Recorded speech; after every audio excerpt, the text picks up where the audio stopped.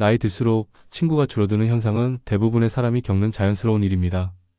이 사실을 받아들이기까지는 시간이 걸릴 수 있지만 진짜 문제는 친구가 줄어드는 것 자체가 아니라 그 변화 앞에서 스스로를 얼마나 자책하느냐에 달려 있습니다. 우선 분명히 말하고 싶습니다. 친구가 줄어드는 것은 당신 탓이 아닙니다. 당신의 매력이 떨어진 것도 당신에게 문제가 생긴 것도 아닙니다. 단지 삶의 구조가 변했을 뿐입니다. 젊을 때 우리는 친구를 통해 정체성을 확인하고 사회적 가치를 얻고 삶의 에너지를 교환합니다. 학교 공간에서는 친구가 곧 하루의 중심이고 첫 사회생활을 시작하는 시기에는 동료와의 연결이 곧 생존 전략이기도 합니다. 밤새 수다를 떨고 함께 놀고 함께 실패를 겪고 함께 성공을 나누던 시절이 있었습니다. 그때는 연락이 끊기면 불안했고 모임에 초대받지 못하면 소외감을 느꼈습니다. 그런 감정은 아주 자연스럽습니다. 인간은 사회적 동물이고 타인의 인정과 소속이 정서적 안정에 큰 영향을 주기 때문입니다. 그런데 시간이 흐르고 우리는 결혼을 하고 자녀를 낳거나 부모를 돌봅니다. 직장에서는 더 많은 책임을 지고 경력이 쌓이며 역할이 바뀝니다. 하루 24시간은 그대로인데 해야 할 일은 늘어나고 선택의 폭은 좁아집니다. 이 안에서 우리는 무의식적으로 우선순위를 조정하게 되죠. 예전처럼 모든 사람과 같은 수준으로 관계를 유지할 수 없습니다. 자연스럽게 에너지를 분배하고 더 이상 지속 가능하지 않은 관계는 서서히 멀어집니다. 이건 비난의 대상이 아니라 삶이 작동하는 방식입니다. 심리학자들은 이러한 변화를 사회정서적 선택 이론으로 설명합니다. 이 이론은 사람들이 나이가 들수록 미래를 바라보는 관점이 달라지고 그에 따라 관계의 선택도 달라진다고 말합니다. 젊을 때는 정보 획득과 사회적 확장을 위해 넓은 네트워크가 유리합니다. 그러나 시간이 유한하다고 느껴지면 사람들은 감정적 보상을 극대화하는 방향으로 관계를 좁혀갑니다. 그래서 친구 숫자가 줄어들지만 남아있는 관계의 질이 상대적으로 높아지는 현상이 나타납니다. 즉 수는 줄어들어도 남은 관계는 당신에게 더 큰 힘과 위안을 줄 가능성이 큽니다. 이제 중요한 질문을 해봅시다. 그럼 친구는 필요 없는가? 절대 그렇지 않습니다. 연구는 강한 사회적 유대가 신체적 정신적 건강에 긍정적인 영향을 미친다고 반복해서 보여줍니다. 사람과의 연결은 스트레스 완화, 우울감 감소, 심혈관 건강 개선, 심지어 수명 연장과도 연관되어 있습니다. 다만 핵심은 많음이 아니라 깊음입니다. 밤이 시에 전화를 걸어도 받아주는 사람, 병원에 가야 할 때 달려와줄 사람, 기쁠 때 가장 먼저 떠오르는 사람이 있다면 그 한두 명이면 당신 인생은 충분히 지탱됩니다. 실제 삶에서 우리는 흔히 수에 집착합니다. SNS의 친구 숫자, 모임에서 아는 사람 수, 과거에 함께했던 사람들의 명단을 보면서 안도감을 느끼기도 합니다. 하지만 그런 수치는 종종 표면적입니다. 오히려 그 표면적 연결은 우리의 정서적 에너지를 낭비하게 만들고 진짜로 필요한 순간에 도움을 받을 수 있는 진정한 관계를 희석시킵니다. 그러므로 나이 들면서 관계를 정리하는 것은 지혜로운 삶의 방식입니다. 단 정리한다는 말은 누구를 버린다는 잔인한 의미가 아니라 자신의 삶을 지키기 위한 선택이라는 점을 명확히 해야 합니다. 그렇다면 변화 앞에서 우리는 무엇을 할 수 있을까요? 몇 가지 실천적 제안을 드립니다. 첫째, 관계의 인벤토리를 만들어 보세요. 휴대전화, 연락처나 SNS 친구 목록을 모두 펼쳐놓고 진짜로 의지할 수 있는 사람, 기쁠 때 가장 먼저 생각나는 사람, 급할 때 달려와줄 사람을 10명 이하로 추려보십시오. 그중 핵심 35명을 별도로 표시하세요. 이 명단은 우정의 우선 순위표입니다. 둘째, 핵심인 사람들에게는 애정 표현을 아끼지 마세요. 짧은 문자, 음성 메시지, 가벼운 커피 초대는 관계를 유지하는 데 큰 도움이 됩니다. 셋째, 관계를 유지하기 위해 감정적 비용이 지나치게 들면 과감히 거리를 두세요. 억지로 유지하는 우정은 결국 둘 다 지치게 만듭니다. 또한 혼자의 시간을 잘 다루는 법을 연습하세요. 혼자 놀기는 노년의 중요한 능력입니다.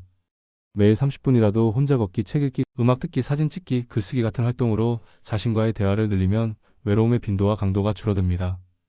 혼자서도 만족할 수 있는 사람은 대외관계에서도 더 건강한 태도를 유지합니다. 고독은 치유의 시간이 될 수 있고 오히려 타인과의 관계에서 더 온전한 사람이 되게 합니다. 경제적 관점도 중요합니다. 노년의 삶에서 재정적 안정은 관계의 질을 지켜주는 기반입니다. 돈 때문에 인간관계가 엉키는 사례는 흔합니다. 돈을 빌리고 안 갚는 문제, 돈과 관련된 기대와 배신은 우정에 큰 균열을 만듭니다. 따라서 가능한 범위 내에서 재정을 투명하게 관리하고 큰 금액의 거래는 철저히 문서화하거나 피하는 게 좋습니다. 또한 연금, 보험, 저축 같은 장기적 재무 계획을 갖춰놓으면 마음의 여유가 생기고 인간관계에서 불필요한 갈등을 줄일 수 있습니다. 건강관리도 친구관계의 양상에 영향을 줍니다. 규칙적인 운동, 수면 패턴 관리, 적절한 식사와 정기적인 건강검진은 당신의 신체적 정신적 역량을 유지시킵니다. 몸이 건강하면 사회적 활동을 지속할 에너지가 생기고 자연스럽게 인간관계도 안정화를 찾습니다. 반면 건강이 악화되면 사람들과의 만남이 줄어들기 쉽고 고립될 위험이 커집니다. 따라서 친구가 줄어드는 것을 단순히 감정적으로만 받아들이지 말고 생활 전반을 점검해보는 기회로 삼으세요. 또 하나 기억할 점은 가족의 역할입니다. 많은 연구가 보여주듯이 노년의 행복과 안녕은 가족과의 관계가 큰 영향을 미칩니다. 부부간의 친밀감, 자녀와의 유대, 형제자매와의 화해 등은 정서적 안정과 직결됩니다. 친구가 줄어들더라도 가족과의 관계가 원만하다면 심리적 안정감은 충분히 유지될 수 있습니다. 만약 가족관계에 문제가 있다면 적극적으로 소통을 시도하고 필요한 경우 전문 상담을 받는 것도 좋은 방법입니다. 늦었다고 생각할 때가 가장 빠른 때라는 말처럼 지금이라도 관계를 돌볼 수 있습니다. 마지막으로 나 자신과의 관계를 재정립하세요. 자기 연민이나 자기 비판에 빠지지 말고 스스로에게 친절해지세요. 매일 스스로에게 감사한 일을 3가지 적어보거나 오늘 내가 한 작은 선행을 기록하면 자아 존중감이 올라갑니다. 또한 자신의 한계와 강점을 현실적으로 인정하고 그에 맞는 사회적 기대를 조율하는 것도 중요합니다. 타인에게서 인정받는 방식이 줄어들 때 스스로를 인정하는 능력이 큰 차이를 만듭니다. 정리하자면 친구가 줄어드는 것은 패배가 아니라 성숙입니다. 관계의 수는 줄어들 수 있지만 남은 관계의 질은 더 깊어집니다. 우리가 할 일은 그 변화를 부정하거나 두려워하는 것이 아니라 현명하게 수용하고 적응하는 것입니다. 현실적 준비 경제 건강, 정서적 준비 고독을 견디는 힘 관계의 재배치 핵심 인물 유지, 그리고 가족과 자신의 관계를 잘 다지는 일. 이 4가지를 통해 당신은 더 단단한 삶을 살 수 있습니다. 이 지점에서 구체적인 사례를 하나 들겠습니다. 60대 초반의 어씨는 한때 회식 자리에서는 중심이 되는 성격이었습니다. 친목 모임의 주도자였고 사람들과 어울리는데 에너지를 쏟는 편이었죠. 하지만 정년 퇴직 후 삶의 리듬이 바뀌면서 그 모임들에 참여하는 빈도가 줄었습니다. 자연히 예전처럼 연락도 오지 않았고 모임의 중심에서 조금씩 멀어졌습니다. 어씨는 처음엔 상실감을 느꼈고 내가 쓸모없어진 건가 하는 생각도 했습니다. 그러나 시간이 흐르며 어씨는 다른 것을 발견했습니다. 그는 동네 독서 모임에서 만난 3명의 사람과 더 깊은 교감을 나누게 되었고 그들과는 돈과 지위와 무관한 이야기들을 할 수 있었습니다. 주기적으로 만나 책에 대해 얘기하고 함께 산책하며 사소한 일상을 나누는 것만으로도 충분히 만족스러웠습니다. 어씨는 오히려 예전보다 더 충만한 삶을 살고 있다고 말합니다. B씨의 사례도 있습니다. 70대 중반의 B씨는 갑자기 배우자를 잃고 큰 슬픔을 겪었습니다. 오랫동안 함께한 친구들도 여러 이유로 각자의 삶에 집중하느라 자주 찾아오지 못했죠. 그러나 B씨는 지역 커뮤니티 센터에 봉사활동을 시작했고 거기서 만난 사람들이 새로운 지지망이 되었습니다. B씨는 봉사를 통해 타인의 삶에 손을 보태면서 자신의 상실을 조금씩 치유해 갔습니다. 이처럼 관계의 형태는 달라질 수 있지만 연결의 가능성은 늘 열려 있습니다. 구체적인 실천 체크리스트를 제공하겠습니다. 이걸 한 달간 시도해 보세요. 관계 인벤토리 작성 첫 주. 자신의 연락처를 다 꺼내 정리합니다. 가족, 친한 친구 핵심 35명, 그냥 아는 사람 관심사 연결으로 분류하세요. 이때 감정적으로 판단하지 말고 사실만 정리합니다. 주기적 접점 만들기 둘째 주. 핵심 인물 3명에게는 한 달에 한 번 정도 연락하며 짧은 대화를 시도하세요. 길게 통화하지 않아도 됩니다. 그냥 안부와 소식 공유면 충분합니다. 혼자만의 루틴 확보 셋째 주. 매일 30분 이상 자신에게만 투자하세요. 걷기, 독서, 사진 촬영, 간단한 체조, 일기쓰기 등 무엇이든 좋습니다. 이 시간을 나의 충전 시간으로 명명하세요. 지역 커뮤니티 참여 넷째 주. 관심 있는 동호회나 봉사단, 지역 문화센터 프로그램에 한번 가보세요. 첫 방문이 어색하다면 친구나 가족에게 동행을 부탁해도 좋습니다. 재정 점검 마지막 주. 연금, 보험, 저축 내역을 정리하고 필요하면 금융 상담을 받아보세요.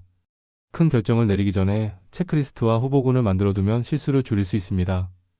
이 체크리스트는 단지 예시지만 행동으로 옮기는 것이 중요합니다. 마음으로만 결심하는 것보다 작은 행동을 반복하는 것이 변화를 만듭니다.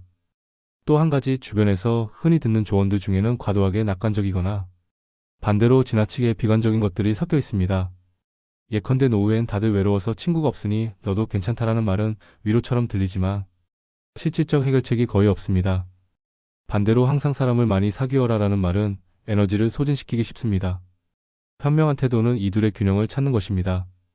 불필요한 관계에선 자원을 줄이고 의미 있는 관계에는 적당한 투자를 하는 것이지요. 또한 디지털 시대의 소셜 네트워크는 관계의 양상을 바꿔놓았습니다. 온라인상에서의 좋아요와 댓글은 한시적 만족을 주지만 실제 고난의 순간에 도움을 주지 못합니다. 반면 온라인 모임이나 관심사를 기반으로 한 커뮤니티는 오프라인으로 이어질 경우 강한 지지망으로 발전할 수 있습니다. 나에게 맞는 플랫폼과 모임을 찾아 제한적으로 활용하세요. SNS를 전부 끊을 필요는 없지만 SNS에 지나치게 의존하면 표면적 연결에 치중하기 쉽습니다. 마지막으로 몇 가지 명언을 공유하고 싶습니다. 이런 말들은 때로 우리의 시선을 전환하게 만듭니다. 인간은 관계의 합이 아니다. 인간은 그가 쌓아온 경험과 깊은 대화의 총합이다. 고독은 벌이 아니다. 고독은 자아를 재발견하는 기회다. 이런 문장들이 당신의 태도를 즉시 바꾸진 못하겠지만 작은 깨달음을 줄 수는 있습니다. 이제 결론입니다. 친구가 줄어드는 것은 인생의 실패가 아니라 성숙의 신호입니다. 우리는 그 신호를 오해하거나 거부할 필요가 없습니다. 대신 그 변화를 기회로 삼아 삶의 다른 축을 단단히 쌓아가면 됩니다. 건강을 관리하고 재정을 점검하고 가족과의 관계를 돈독히 하며 혼자 있어도 충만함을 느낄 수 있는 취미와 루틴을 만들어 보세요. 그리고 남아있는 사람들과는 진심을 나누세요. 당신이 할 일은 복잡하지 않습니다. 지금 당장 연락처를 열어보세요. 한 명에게 짧은 메시지를 보내보세요. 그 메시지가 당신과 누군가의 관계를 회복하거나 더 깊게 만들 기회가 될 수 있습니다. 오늘은 완벽할 필요 없습니다. 작은 행동이 결국 큰 변화를 만듭니다. 당신은 혼자가 아니고 당신의 삶은 여전히 의미 있습니다.